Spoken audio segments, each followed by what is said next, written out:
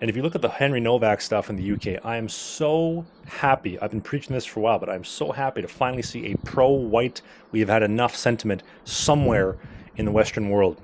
And that dirty migrant, that dirty Sikh that stabbed him, if you have seen the CCTV footage of what that, I don't want to call him a man, just that absolute animal did to this boy, this 18-year-old boy in the UK, it is absolutely sickening. And to see him get life in prison and then them trying to put the boots to his mother and now go after the entire family and do a coroner's report to see if they can do something with the officers. Yes, finally, getting a little bit of accountability and some pushback. The people have had enough in the Western world, which is nice. And then you look also at the Austin Metcalf, Carmelo Anthony story in Texas. First, when I saw the headlines with Carmelo Anthony, I thought the former NBA player. I thought, all right, whatever. NBA player, a little bit of trouble, whatever.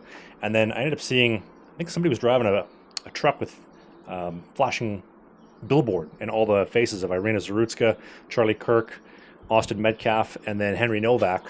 When is enough enough? It's a beautiful thing to see. But I also asked myself the question, is this what the powers that be want? Because if they really wanted to, they could completely quash it. And so why are they putting this out there? Why is this pro-white sentiment finally making its way forward? Have they imported enough migrants where they think that they can pit everybody against each other and unleash civil war? Maybe. I've been getting this really tinfoil hatty feeling that, because I think we can all agree, if you're watching this channel, you're not on the liberal side of things or the progressive side of things, the inclusivity. This is not a very inclusive channel, in case you haven't noticed. But, and again, this is really tinfoil hatty. I think something is coming down the pipeline where maybe they unplug all the internet, all the electricity, all the everything, and they just leave everybody to deal with the shit as is.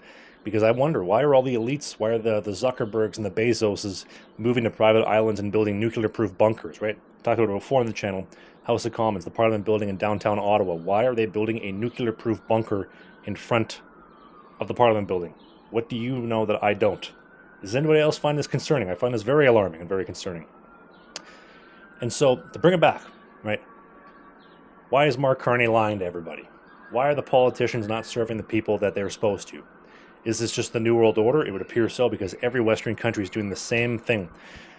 And so, I asked myself the question, personal responsibility, personal accountability, what can I do to combat this? Because your vote does not matter. Elections are not real. They're all rigged. They're all fake. They don't matter. You vote for the Liberals, they're going to drive the country into the third world. You vote for the Conservatives, they're going to switch to the Liberals and then drive the country into the third world.